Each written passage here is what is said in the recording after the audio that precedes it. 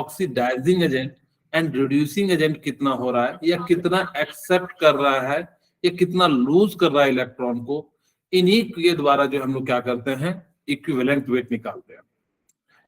Equivalent निकालने के लिए ऊपर मॉलिक्यूलर मास रखते हैं या मॉलिक्यूलर वेट रखते हैं, नीचे में एन फैक्टर रखते हैं। एन फैक्टर हम लोग कैसे कहते हैं, या तो आप इसको ऐसे रख सकते हो, इक्विवेलेंट वेट इक्वल टू क्या हो जाएगा, मॉलिक्यूलर वेट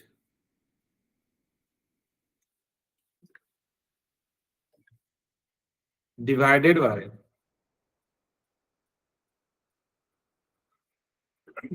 क्या हो जाएगा, एन फैक्टर। हम किसी भी कंपाउंड का कैसे एन फैक्टर निकालेंगे, वही इस इक्विवेलेंट का जो सबसे अच्छा पार्ट होता है। ठीक है, तो हम लोग जो है एक एक करके निकालेंगे। जैसे मान लो कि कोई इक्वेशन दिया हुआ है जिसके अंदर ऑक्सीडेशन एंड रिडक्शन दोनों हो। ध्यान से सुनना, मैंने क्या कहा कि कोई भी इक्वेशन दिया हुआ है जिसके अंदर ऑक्सीडेशन एंड रिडक्शन दोनों हो, तो उसका हम कैसे निकालेंगे। आपको मैं एन फैक्टर निकालने के लिए एक छोटी सी बात बता देता हूं, ताकि कि हम लोगों को सीधे फॉर्मूले से निकाल सके। N factor equal to change in oxidation number, change in oxidation number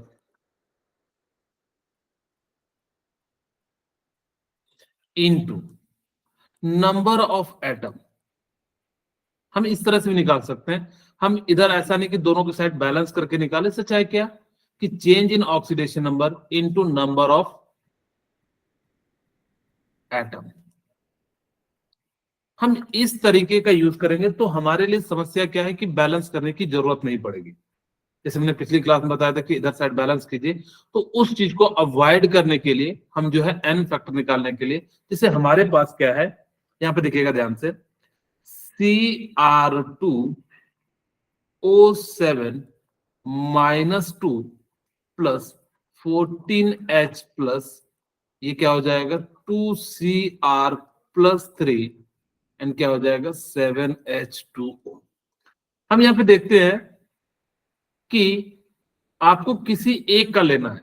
जैसे यहाँ पे देखिए कितना हो जाएगा +6, और ये +6 से यहां पे जाएगा तो कितना हो जाएगा,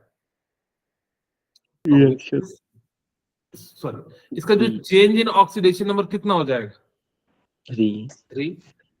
ठीक है, तो जो एन फैक्टर निकालना है, हमने क्या कहा कि एन फैक्टर जो निकाला जाता है किसी का भी निकाल सकते हो, ऑक्सीडाइजिंग एजेंट का या रिड्यूसिंग एजेंट का। ये प्लस से 3 जा रहा है जिसका रिडक्शन हो रहा है, इसका मतलब क्या है, ये ऑक्सीडाइजिंग एजेंट या ऑक्सीडेंट है। तो इक्विवेलेंट वेट इक्वल टू क्या हो जाएगा, हम यहां सबसे पहले एन फैक्टर निकालते हैं।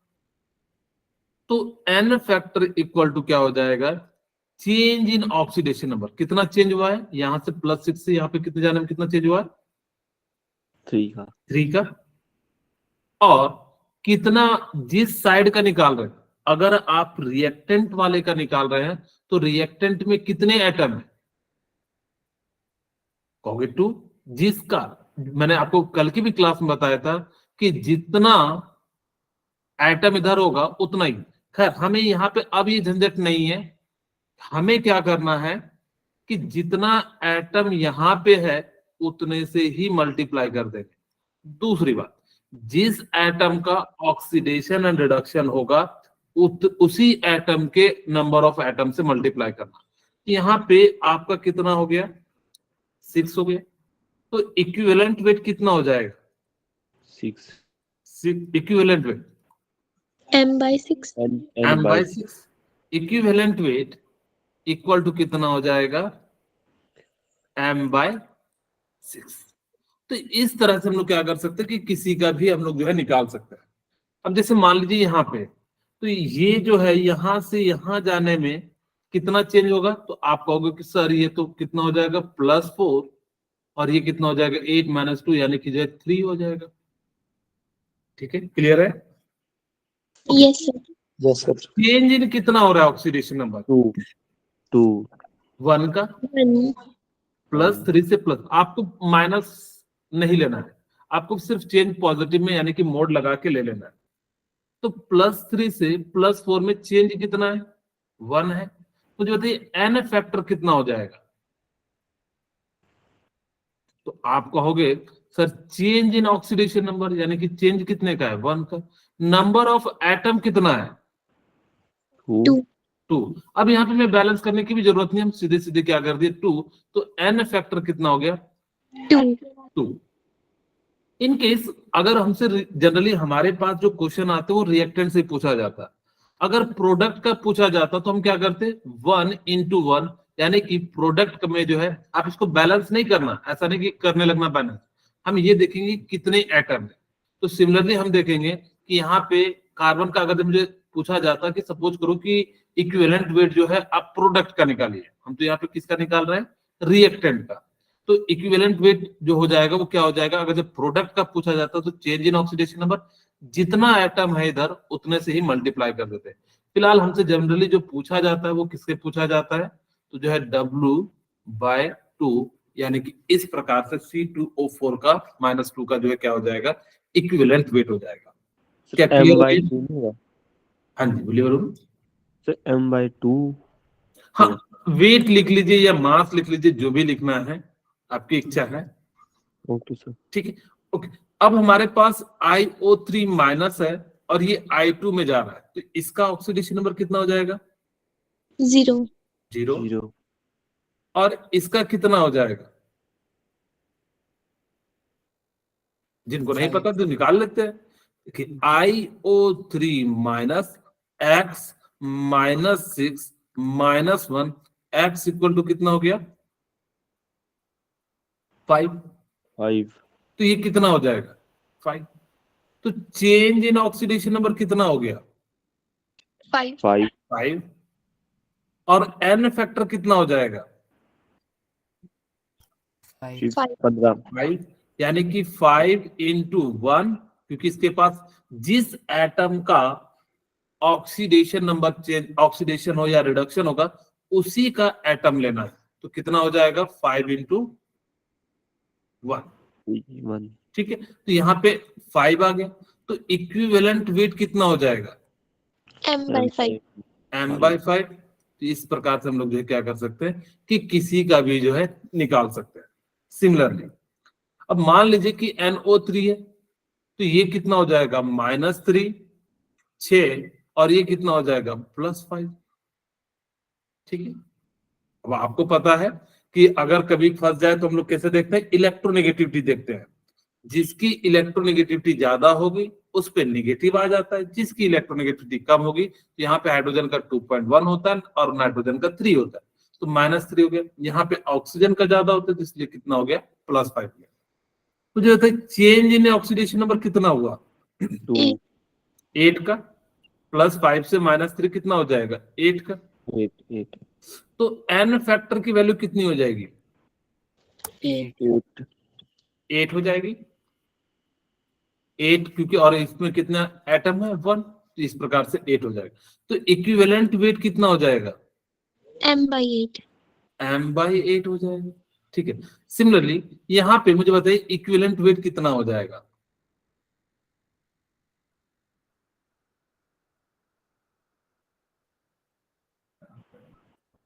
हाँ जी बोलिए अक्षरा।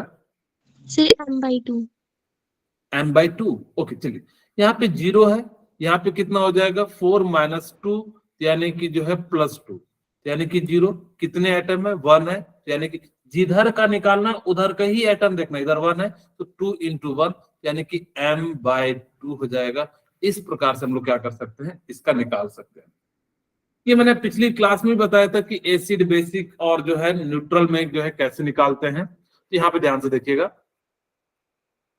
अगर मेरे से ना पूछा जाए KMnO4 यहां से यहां पे जाने में कितना चेंज हो रहा है, तो आप कहोगे 8 और यहाँ पे प्लस यानी कि 7 का चेंज हो रहा है। बोलिए इतनी सी बात क्लियर हो गई होगी। यहाँ पे कितने का चेंज हो रहा होगा? 8 - 2 यानी कि 6 का चेंज हो रहा होगा। तो इसका जो n फैक्टर है वो कितना होगा? कहोगे सर इधर भी 1 है, तो यानी कि जो है कितना चेंज है 1, और 1 यानी कि जो n फैक्टर कितना हो जाएगा 1 into 1, या सीधे सीधे 1 लिख देते हैं। ठीक है, यहाँ पे देखिए ध्यान से, अब हमारे पास यहाँ पे कितना हो जाएगा +7, यहाँ पे कितना हो जाएगा मैग्नीज का +4, चेंज इन ऑक्सीडेशन नंबर कितना हो जाएगा 3 का, तो n फैक्टर की वैल्यू कितनी हो जाएगी? कहोगे change in oxidation number, number of atom of manganese, तो सिंपली हम कह सकते हैं कि इसका change in oxidation number is 3 and number of atom is 1. Now n factor value is 3. Similarly, we can say in this KMnO4, what is the oxidation number of Mn? You can say Mn oxidation number is +7 and Mn +2. So change in oxidation number is 5. Value of n factor is change in oxidation number. Change in oxidation number is 5 and number of atom is 1. It's multiplied by 1. Now its value is 5. Simply we can say that value of in acid, base and neutral. Okay, अगर हमें जो है क्या दिया रहेगा basic medium, neutral medium and acidic medium. In basic medium, change in n factor value is 1. Neutral medium, change in n factor is 3. N factor value is 3 and 5. In acidic medium, n factor value is 5. आपको इसको जो है क्या करना है, remember रखना है.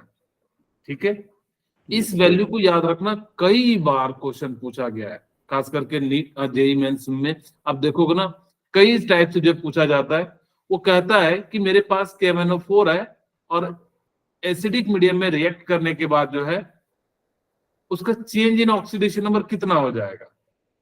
तो अगर हमें पता होगा एसिडिक मीडियम है तो +2 में जाएगा, तो हम जो है आसानी से क्या कर सकते हैं, कैलकुलेट कर सकते हैं. बोलिए क्लियर है आप लोग? यस. ओके, कहते हैं अगर किसी को कुछ डाउट हो तो पूछ सकते हैं. No, sir.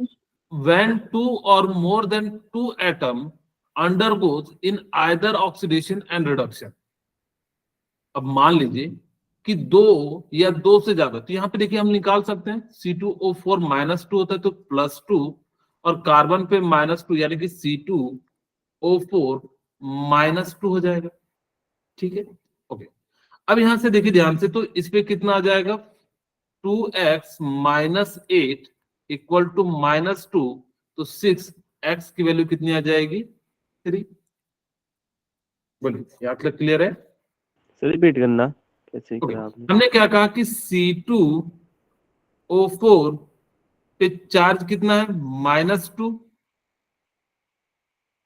यस. अगर हमने कार्बन को x मान लिया तो 2x, और एक ऑक्सीजन पे कितना था -2 × 4 और चार्ज इक्वल टू कितना हो जाएगा -2, तो 2x - 8 इक्वल टू -2, तो 2x इक्वल टू कितना हो जाएगा 6, तो x की वैल्यू कितनी आ जाएगी 3. तो ये चीज को जो हमने भी क्या करा कि यहाँ पे जो है लिख दिया, तो इस पे जो है कार्बन का कितना हो गया, ये हो गया, ये +3 है और ये कितना है +4 है.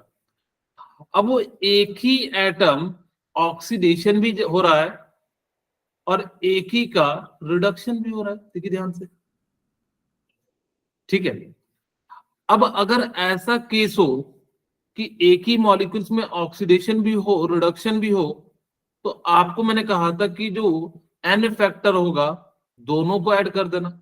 यहाँ पे देखिए दोनों का क्या हो रहा है, Fe2+ से +3 जा रहा है, ऑक्सीडेशन हो रहा है. हो रहा है क्या? Yes. नीचे वाले में क्या हो रहा है? Oxidation. Oxidation. ऑक्सीडेशन। जब एक ही मॉलिक्यूल्स का 2 बार ऑक्सीडेशन हो या 2 बार रिडक्शन हो तो एन फैक्टर की जो वैल्यू हो जाएगी, n factor net equal to क्या हो जाएगा? N factor of 1 plus n factor of 2। कब? जब एक ही एलिमेंट का ऑक्सीडेशन 2 बार हो, यानी कि अलग अलग के लिए, या रिडक्शन 2 बार हो, तब हम लोग क्या करते हैं कि इस प्रकार से हम लोग क्या कर देते हैं, इसको जो है लिख देते हैं। ठीक है, ये क्लियर है? हाँ जी बात बोलिए। सर अगर ना ऑक्सीडेशन और सर रिडक्शन हो तब तो सर एक ही एलिमेंट कर लेते हैं। तब अगर किसी क्वेश्चन में ऑक्सीडेशन भी दिया रहे, रिडक्शन भी दिया रहे, तो सिर्फ हम एक पार्ट कर लेते हैं, क्योंकि हमने इससे पहले वाले क्वेश्चन में किया। यहाँ पे एक ही पार्ट का जो है क्या हो रहा था, ऑक्सीडेशन हो रहा था। जैसे इस क्वेश्चन में देखिए, ऑक्सीडेशन भी हो रहा था, रिडक्शन भी हो रहा था। तब हमने क्या करा कि किसी सिंपली एक पार्ट कर लेंगे। लेकिन अगर एक ही एलिमेंट में 2-2 बार ऑक्सीडेशन या 2-2 बार रिडक्शन हो, तो हम जो है एन फैक्टर की वैल्यू है, दोनों को ऐड करके लिख देते हैं। क्लियर है? Yes sir. Okay. अब देखिए, मान लीजिए +2 से +3 जा रहा है, तो चेंज इन ऑक्सीडेशन नंबर कितना होगा? 1। यहां भी कितना होगा? 1। बोलिए, क्लियर है? Yes sir. अब इसके पास कितने एटम है? 1। Fe से यहाँ Fe जा रहा है, तो Fe के कितने एटम है? 1। यहाँ पे कितने एटम है? 2। 2। तो टोटल इसका जो है कितना हो जाएगा? 1। और इसका कितना हो जाएगा? 2। तो 3। NF की वैल्यू 1 एंड NF2 की वैल्यू 2। तो N नेट की वैल्यू कितनी हो जाएगी? 3। इक्विवेलेंट वेट कितना हो जाएगा? m/3। m/3। तो इस तरह से हम लोग क्या कर सकते हैं कि जब एक ही मॉलिक्यूल्स का 2 बार ऑक्सीडेशन या 2 बार रिडक्शन हो, तो हम लोग क्या कर सकते हैं, इस तरह से जो है क्वेश्चन को सॉल्व कर सकते हैं। ठीक है, क्लियर है?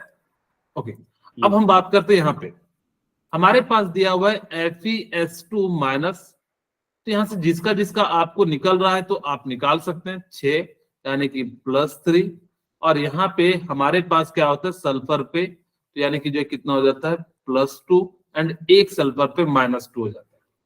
अब देखिए, ये +2 से +3 जा रहा है, इसका मतलब क्या हो रहा है?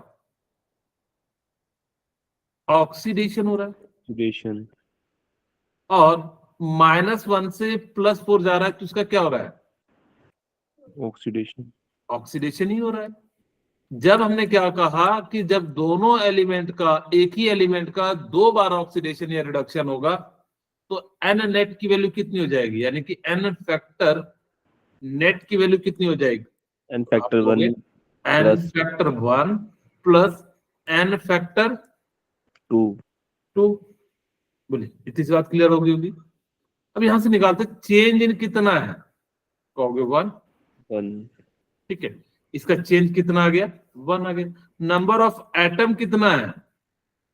1। जी 1। तो ये कितना हो जाएगा? NF1 1 plus NF2।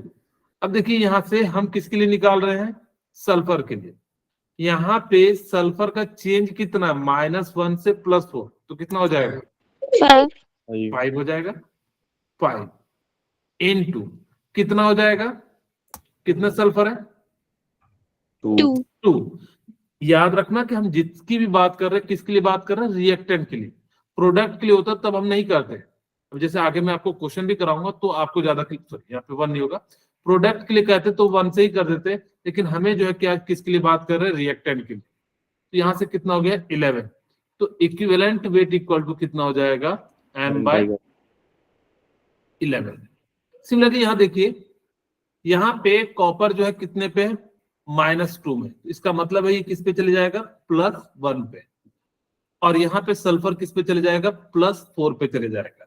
ठीक है, तो कॉपर, ये जो हम यहां से लिख देते हैं, ये जो कॉपर है, इसका क्या हो रहा है? ऑक्सीडेशन हो रहा है। अरे यस सर।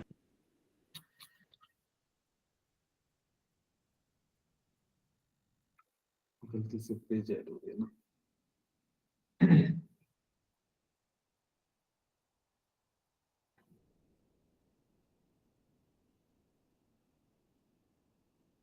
ठीक है, तो ये जो है कॉपर का ऑक्सीडेशन हो रहा है,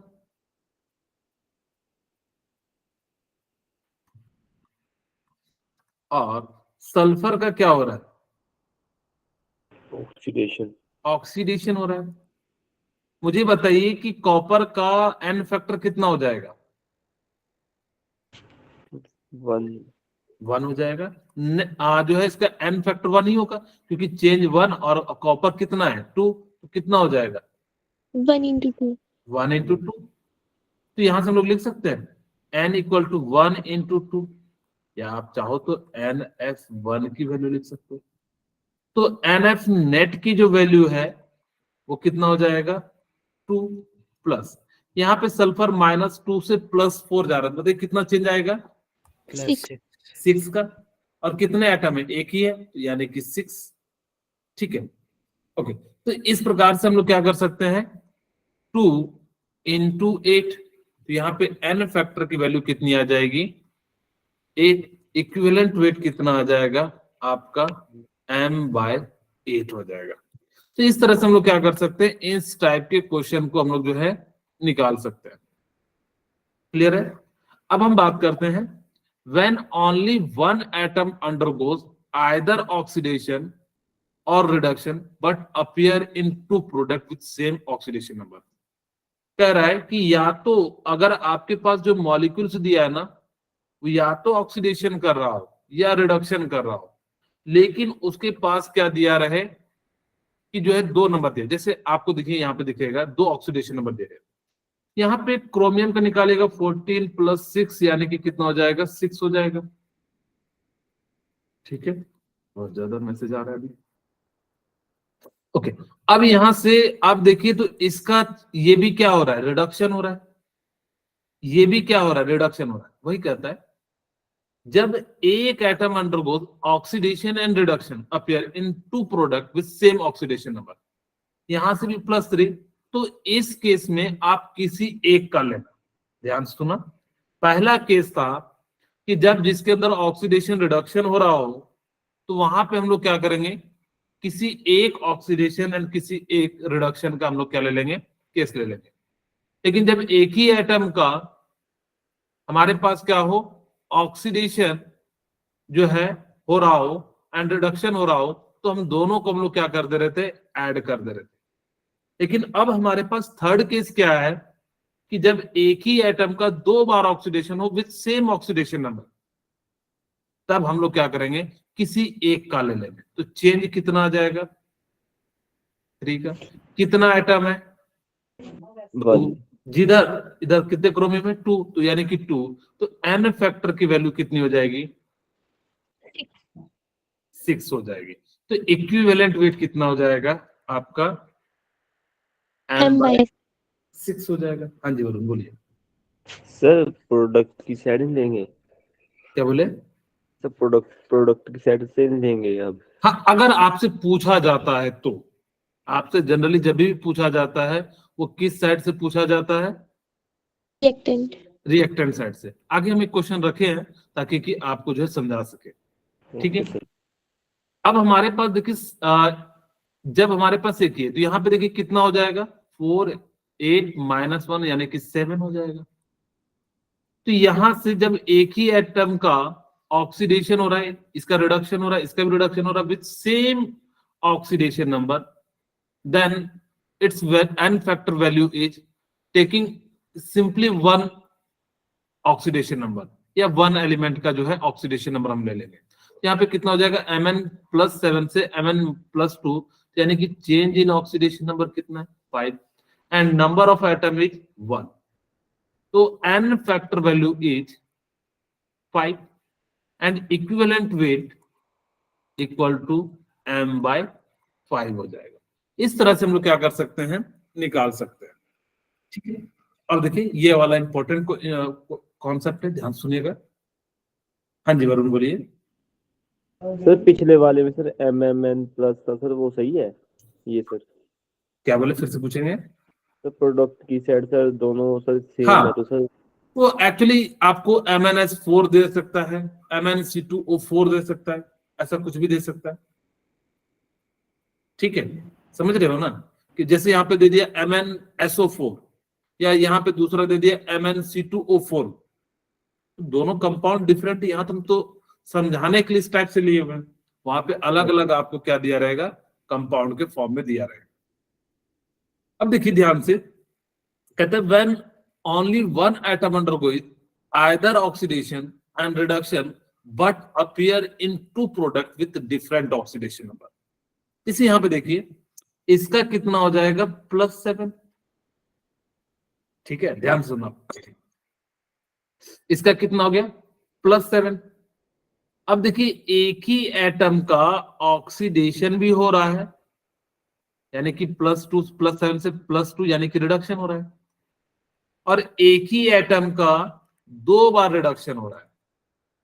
ये ध्यान से, पिछली बार क्या था, सेम था, इस बार सेम नहीं है, तो इसका भी रिडक्शन हो रहा है, इसका भी रिडक्शन हो रहा है। ठीक है, तो इस केस में हम कैसे n फैक्टर की वैल्यू निकालेंगे? तो इस केस में हम क्या करेंगे, देखिए चेंज कितने का है, तो आप कहोगे 5 का, यानी कि 7 और 2 के बीच का चेंज कितना है, 5 का। अब ध्यान देना कि ये 3 MnO4 टूट के Mn जो है +2 एंड +6 में जा रहा है। इसका मतलब है कि जब आपका एक मॉलिक्यूल्स का क्या हो जाए, ऑक्सीडेशन एंड रिडक्शन हो जाए, और वो भी कैसा, प्रोडक्ट साइड से, तो इस बार इधर से 3 से मल्टीप्लाई मत कीजिएगा। अगर आप ऐसा करते हैं तो ये वाले का हमें n फैक्टर की वैल्यू नहीं मिलेगी। इसका मतलब सारा का सारा यही आ गया, लेकिन अब हमारे पास क्या है, 2Mn प्लस है, तो यह कितना हो जाएगा, 2 वाला। यहाँ पे देखिए कितना है, +6 से 1 का, और यहाँ पे नंबर ऑफ एटम कितना है, 1 है। ठीक है, तो इस प्रकार से n नेट की वैल्यू जो हो जाएगी 10 + 1, और यहाँ पे number of moles of reactant कितने हैं, 3, यहाँ पे 3, तो ये कितना हो जाएगा, NF की वैल्यू जो है 11/3 हो जाएगा। क्या ये कॉन्सेप्ट समझ में आया? यस ठीक है, यानी कि सिंपली हमने क्या देखना है कि जब रिडक्शन हो रहा है दो एलिमेंट का, यानी कि एक ही मॉलिक्यूल्स के द्वारा, तो उस केस में हमें टोटल लेना है, लेकिन अलग अलग है, तो अलग अलग है, तो इसका n फैक्टर अलग होगा, इसका n फैक्टर। कोई कहेगा सर 3 से मल्टीप्लाई कर दे दोनों, 3 से मल्टीप्लाई कर दोगे तो इसका मतलब है 3 मोल इसका हो जाएगा, 3 मोल इसका हो जाएगा, जबकि कितना मोल है, 2 मोल, और ये 1 मोल है। इसीलिए इस टाइप में हमें क्या करना पड़ेगा, प्रोडक्ट का लेना पड़ेगा। सर हमें पता कैसे चलेगा क्या चीज? कि हमें डिडक्शन करना है तो इसका हमें वो आप ऑक्सीडेशन जब बनाओगे तो आपको धीरे धीरे जो है पता चलते चले जाएगा। ठीक है, क्वेश्चन से खुद ही पता लगेगा कि वो कैसा उसका जो है फ्रेम आ रहा है। जैसे हम अभी थोड़ी देर में जब क्वेश्चन करा रहे हैं तो आपको जो है क्लियरिटी आती चली जाएगी। ठीक है, अब देखिए यहाँ पे Mn4 यानी कि +7 है, ये +7 से +2 जा रहा है, और ये +7 से क्या हो रहा है, +4 जा रहा है, दोनों में रिडक्शन हो रहा है। एक ही कंपाउंड का जब रिडक्शन हो दोनों में, या एक ही कंपाउंड का ऑक्सीडेशन हो, तो उस केस में हम लोग क्या कर देते हैं, दोनों का रिडक्शन को n फैक्टर को ऐड करके टोटल नंबर ऑफ एटम से मल्टीप्लाई कर देते हैं। तो यहाँ पे देखिए कितने का चेंज है, 5 का, कितने एटम है, 2, यहाँ पे चेंज कितना है, 3, 7 प्लस यानी कि 4 यानी कि 3, एटम कितने हैं, 1। तो NF की जो वैल्यू हो जाएगी वो कितनी हो जाएगी, 10 + 3, और डिवाइडेड बाय कितना हो जाएगा, 3, यानी कि 13 डिवाइडेड बाय कितना हो जाएगा, 3 हो जाएगा। बोलिए समझ में आया? यस yes, सर अब यहाँ पे मुझे बताइए, इसका ऑक्सीडेशन नंबर +7, तो ये यहां से यहां जाएगा, तो इसका क्या हो रहा है, रिडक्शन। ऑप्शन जब रिडक्शन हो रहा है तो चेंज कितने का है, 5 का। नंबर ऑफ एटम कितना है, प्रोडक्ट साइड पे लेंगे 1। यहां से दूसरा भी हम देख सकते हैं, ये भी क्या हो रहा है, रिडक्शन हो रहा है, तो चेंज इन ऑक्सीडेशन नंबर कितना है, 1, और नंबर ऑफ एटम कितना है, 1। तो n फैक्टर की जो वैल्यू हो जाएगी वो कितनी हो जाएगी? आप कहोगे 5 + 1 5, 1 × 1 एंड डिवाइडेड बाय 2, तो इसकी वैल्यू कितनी आ जाएगी? 6 / 2, यानी कि कितना हो जाएगा? 3। तो इस तरह से हम लोग क्या कर सकते हैं, इनकी जो है वैल्यू निकाल सकते हैं। ठीक है, कहते हैं लास्ट टाइप का कि when one atom undergo oxidation and another reduction, जब एक ही एटम का ऑक्सीडेशन हो और एक ही एटम मतलब जो है क्या हो, रिडक्शन हो, तो आप किसी एक एलिमेंट का क्या कर लीजिएगा, ले लीजिएगा। जैसे यहाँ पे देखिए हम क्लोरीन की बात करते हैं, जैसे यहाँ पे हमारे पास देखिए, आप चाहो तो निकाल सकते हो क्लोरीन पे कितना आ जाएगा, +5। ठीक है, ऑक्सीजन पे कितना आ जाएगा, -2। यहाँ पे Cl पे -1, +1 एंड 0। अब देखिए ये जो क्लोरीन है +5 से -1 जा रहा है, इसका क्या हो रहा है, रिडक्शन, रिडक्शन हो रहा है। और ऑक्सीजन का क्या हो रहा है, ऑक्सीडेशन। ऑक्सीडेशन। यही कह रहा है कि जब किसी एक मॉलिक्यूल्स का ऑक्सीडेशन हो और एक ही मॉलिक्यूल्स का रिडक्शन हो, तो आप किसी एक का क्या कर सकते हैं, ले सकते हैं। मुझे n फैक्टर निकालना है, तो चेंज कितना हो जाएगा, क्लोरीन से यहाँ से 6, नंबर ऑफ एटम कितना है, 1, यानी कि कितना हो जाएगा, n फैक्टर की वैल्यू कितनी हो जाएगी, 6। अब कोई कहेगा कि सर आप इससे भी निकाल सकते हो क्या? हाँ, देखिए अगर मैं यहां से चेंज करूं तो कितना आ जाएगा, चेंज 2, नंबर ऑफ एटम कितना है, 3, यानी कि कितना हो गया, अभी भी 6 हो जाएगा। तो इसीलिए इस टाइप के क्वेश्चन में हम लोग क्या कर सकते हैं, इस प्रकार से निकाल सकते हैं। वो कहता है find the equivalent weight of reactant. ठीक है, यहां पे देखिए ध्यान से, अगर मैं बात करूं तो ये तो 0 हो जाएगा। ठीक है, ये कितना हो जाएगा, 6, यानी कि +3 हो जाएगा। क्लियर है यहाँ तक? अगर मैं यहां से निकालू तो अमोनिया पे +1 होता है, तो Cr2O7 इस पे कितना हो जाएगा, -2। ठीक है, तो यहां से 2x = यानी कि +6 हो जाएगा, और अमोनिया पे कितना हो जाएगा, +1 हो जाएगा। बोलिए, और इसमें भी अमोनिया पे +1 हो जाएगा, यहां से x +4, और यहां पे कितना हो जाएगा, +1। तो x की वैल्यू कितनी हो जाएगी, 3। बस, बोलिए, यहां तक क्लियर है? Yes sir. यहां तक क्लियर हो गया कि नहीं? Yes, ठीक है, sir. अब हम चेक करते हैं क्या नाइट्रोजन का क्या हो रहा है, ओके, रिडक्शन हो रहा है क्योंकि घट रहा है। और क्रोमियम का क्या हो रहा है, Reduction. रिडक्शन हो रहा है।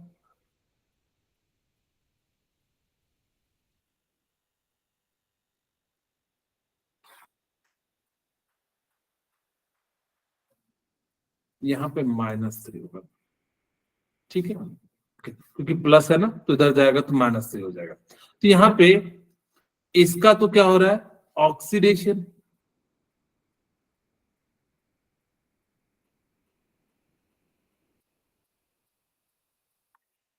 इसका क्या हो रहा है, ऑक्सीडेशन हो रहा है, एंड इसका क्या हो रहा है, रिडक्शन। अगर एक ही कंपाउंड का ऑक्सीडेशन एंड रिडक्शन हो, तो आप किसी एक कंपाउंड का क्या कर सकते हैं, NH फैक्टर निकाल सकते हैं। तो चेंज कितना है, 3 का, नंबर ऑफ एटम यहाँ पे कितने हैं, 2।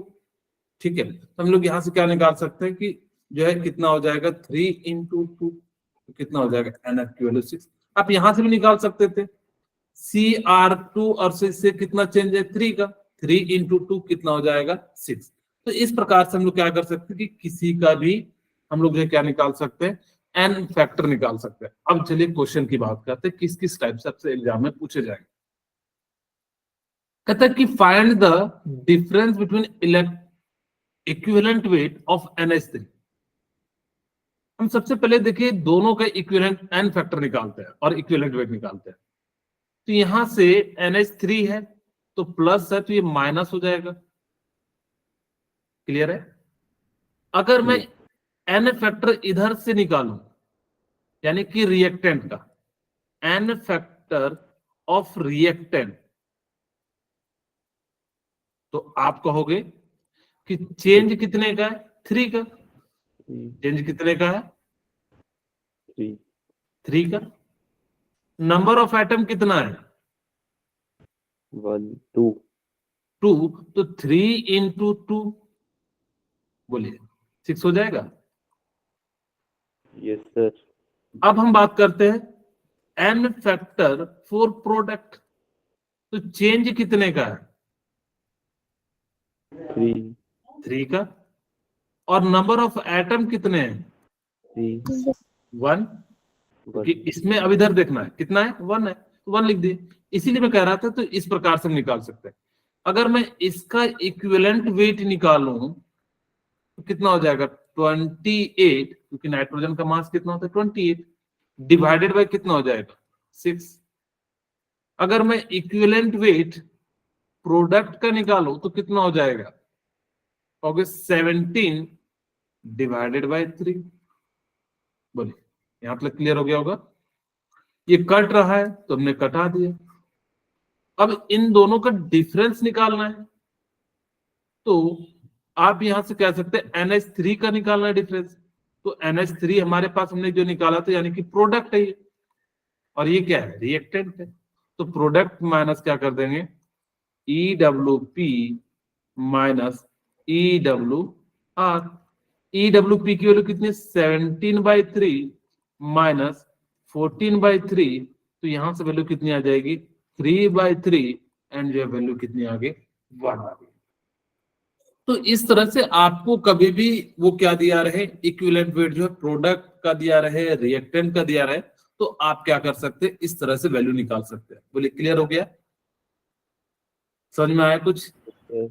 Yes sir. चलिए, अब हम बात करते हैं कि इक्विवेलेंट वेट ऑफ N2S2O3 का निकालना है। ठीक है, हम यहां पे देखते हैं कि इसमें किसका किसका क्या हो रहा है।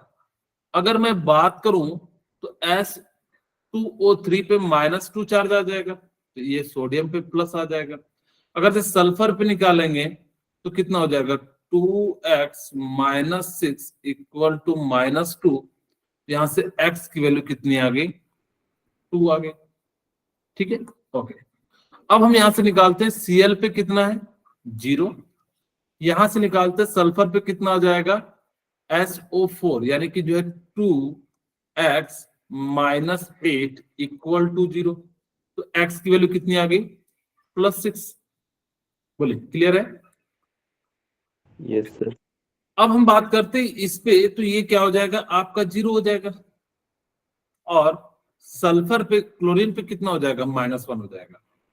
ठीक है, अब यहां से देखते हैं कि ये जो है N2SO4 यहां से यहां पे जाने में, क्योंकि जब दोनों का ऑक्सीडेशन एंड रिडक्शन हो रहा है, तो हमें पता है किसी एक का भी ले लेंगे तो हमारा काम क्या हो जाएगा? बन जाएगा। ठीक है, तो यहां से हमारे पास कितने का चेंज हो रहा है? 4 का। नंबर ऑफ एटम कितना है? 2। तो जो इक्विवेलेंट वेट हो जाएगा वो क्या हो जाएगा? इसका टोटल का मास और डिवाइडेड बाय कितना हो जाएगा? 8। तो इस प्रकार से हम लोग क्या कर सकते हैं? इसका जो है इक्विवेलेंट वेट जो है निकाल सकते हैं। बोलिए, क्लियर है? Yes sir. अब देखिए, नीट 2023 का क्वेश्चन है, क्या पूछ रहा है? The correct option of redox couple is, यानी कि उसके अंदर क्या होना चाहिए? रिडक्शन भी होना चाहिए, ऑक्सीडेशन भी होना चाहिए, या रिड्यूस्ड भी होना चाहिए, या ऑक्सीडाइज्ड भी होना चाहिए। तो राइट आंसर क्या हो जाएगा? सी, यानी कि both reduce and oxidise from the involve same element, यानी कि राइट आंसर क्या हो गया? सी हो गया। अब देखिए, नीट ने 2023 में ये क्वेश्चन पूछा था, यहाँ पे H2O है, कट गया था इसलिए मैंने ऐड कर दिया। ठीक है, अब देखिए हमारे पास क्या क्वेश्चन दिया हुआ है? Cr2O7 -2 प्लस हमारे पास क्या है? SO3 -2। अब कई बच्चे सोच रहे हैं सर हम पुट करके देख लेंगे, तो आपको मैं पुट करने का भी मौका दूंगा। आप पुट करके देखना क्या आंसर आ रहा है क्या, H+। हम जो जो दे रहे हैं बस C D ये सब हटा दे रहे हैं, जो बाद में आएगा तो उसके अनुसार से हम लोग क्या कर देंगे, उसकी जगह पे पुट कर देंगे। Cr+3 प्लस हमारे पास क्या है SO4-2 और लास्ट में है H2O, और वो भी कैसा है T/2, यहाँ पे 1/2 ले लें। ठीक है, क्लियर है, Yes, यहां तक समझ में आ गया। ये इक्वेशन को ऐसे लीजिए, हम इसको चाहो तो एसिडिक मीडियम से बना सकते हो, चाहो तो इसको ऑक्सीडेशन मेथड से बना सकते हो। हमने कहा कि ऑक्सीडेशन मेथड से बनाओगे तो जल्दी बनेगा, तो हम लोग भी किस मेथड से बनाएंगे, ऑक्सीडेशन मेथड से बनाएंगे। चलिए चेक करते हैं, तो इसका ऑक्सीडेशन नंबर कितना हो जाएगा 6, यहां पे कितना हो जाएगा 6 - 2 यानी कि 4, ठीक है ओके। यहाँ +3 तो यहाँ पे कितना हो जाएगा SO4 यानी कि 8, और इधर जाएगा तो कितना हो जाएगा 6 हो जाएगा। बोलिए क्लियर है। तो देखिए Yes. ये जो है यहां से यहां जा रहा है तो इसका क्या हो रहा है, रिडक्शन। रिडक्शन हो रहा है, और यहां से यहां जा रहा है तो इसका क्या हो रहा है, ऑक्सीडेशन। ऑक्सीडेशन हो रहा है। हम कौन से मेथड का यूज कर रहे हैं, ऑक्सीडेशन मेथड का यूज कर रहे हैं।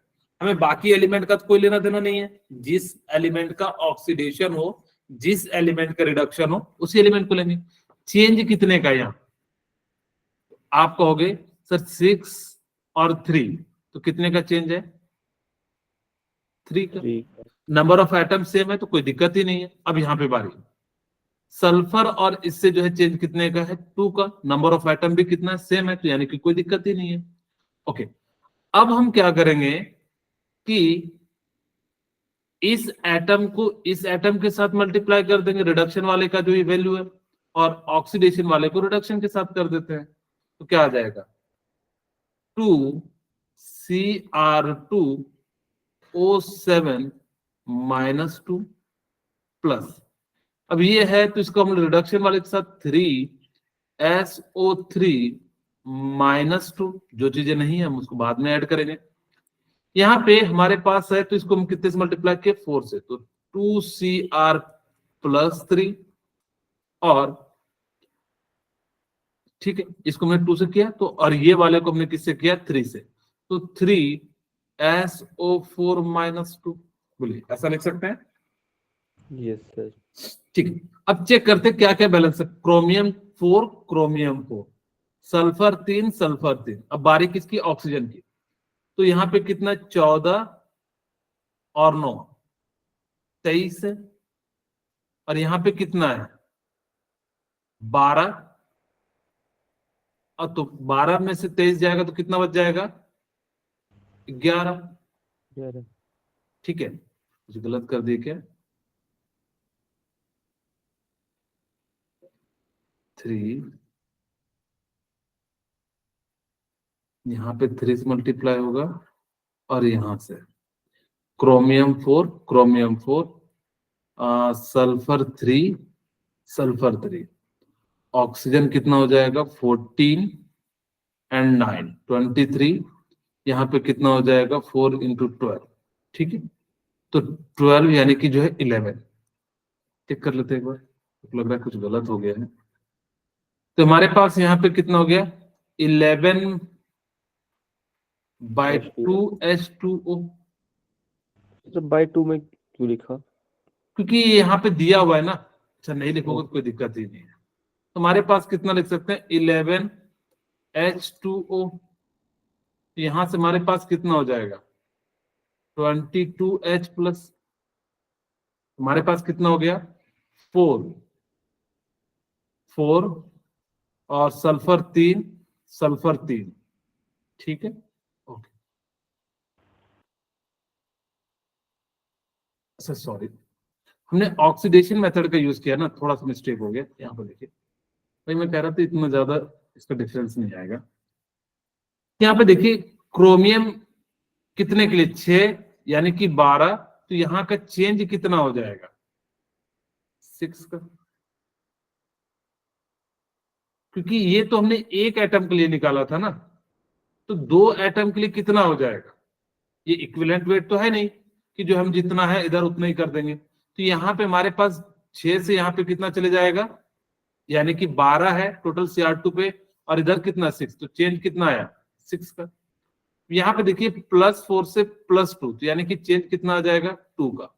ये कितने से कट जाएगा, 2:3 हो जाएगा। अब देखिए करेक्ट आ जाएगा। तो हमें इसको क्या करना है, Cr2O7 -2 प्लस यहाँ पे कितना हो जाएगा 3SO3 -2, और ये कितना हो जाएगा आपका 2Cr+3, और ये कितना हो जाएगा आपका 3SO4 -2। बोलिए, ये मतलब क्लियर हो गया होगा?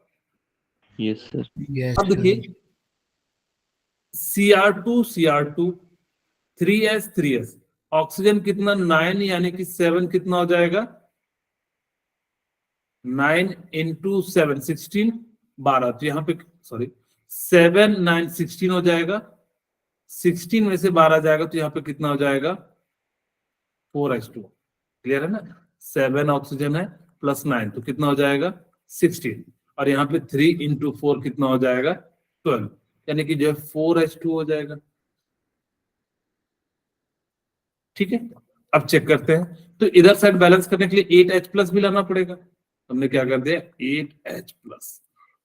चेक करते हैं क्या सभी चीज बैलेंस है कि नहीं। क्रोमियम 2 क्रोमियम 2, ऑक्सीजन इधर कितना है 7 9 16, यहाँ पे 4 और यहाँ पे 12 यानी कि 16। ओके, सल्फर 3 हाइड्रोजन 8 अब चार्ज की बारी है। -2 एंड -6 एंड +8 यानी कि चार्ज 0 हो गया। यहाँ पे चेक करते हैं +6 एंड -6 यानी कि 0। तो ये जो है आपका इक्वेशन क्या हो गया, बैलेंस हो गया। अब हम देखते हैं ABC की वैल्यू पूछा है, Cr2O7 का पूछा है क्या, A का पूछा है। तो Cr2O7 पे कितना है 1, तो A की जो वैल्यू हो जाएगी वो कितनी हो जाएगी 1 हो जाएगी। इसका मतलब या तो B होगा या तो क्या होगा D होगा। अब अगला बारी किसका है, B का, यानी कि SO3। तो SO3 कितना है आपका 3, तो यहाँ पे देखिए 3 किस में आ रहा है, यानी कि D में। तो इसका राइट आंसर क्या हो जाएगा D। अब हम चेक करते हैं क्या हमारे पास C जो पूछा था H2O, तो इसको डबल करोगे तभी तो इसका हाफ करोगे, यानी कि डबल करके इसको क्या कर देंगे हाफ कर देंगे। तो इसकी जो है 8/2, देखिए अभी भी तो कितना वैल्यू है 4 ही तो है, यानी कि इसीलिए जो है C की वैल्यू कितनी हो जाएगी 8 हो जाएगी। इस प्रकार से इसका राइट आंसर क्या हो जाएगा D हो जाएगा। बोलिए क्लियर है? Yes sir. Next question. अब वो कह रहा है कि डीकंपोजिशन रिएक्शन, आपको याद हो तो मैंने बताया था टाइप्स ऑफ जो है रेडॉक्स रिएक्शन।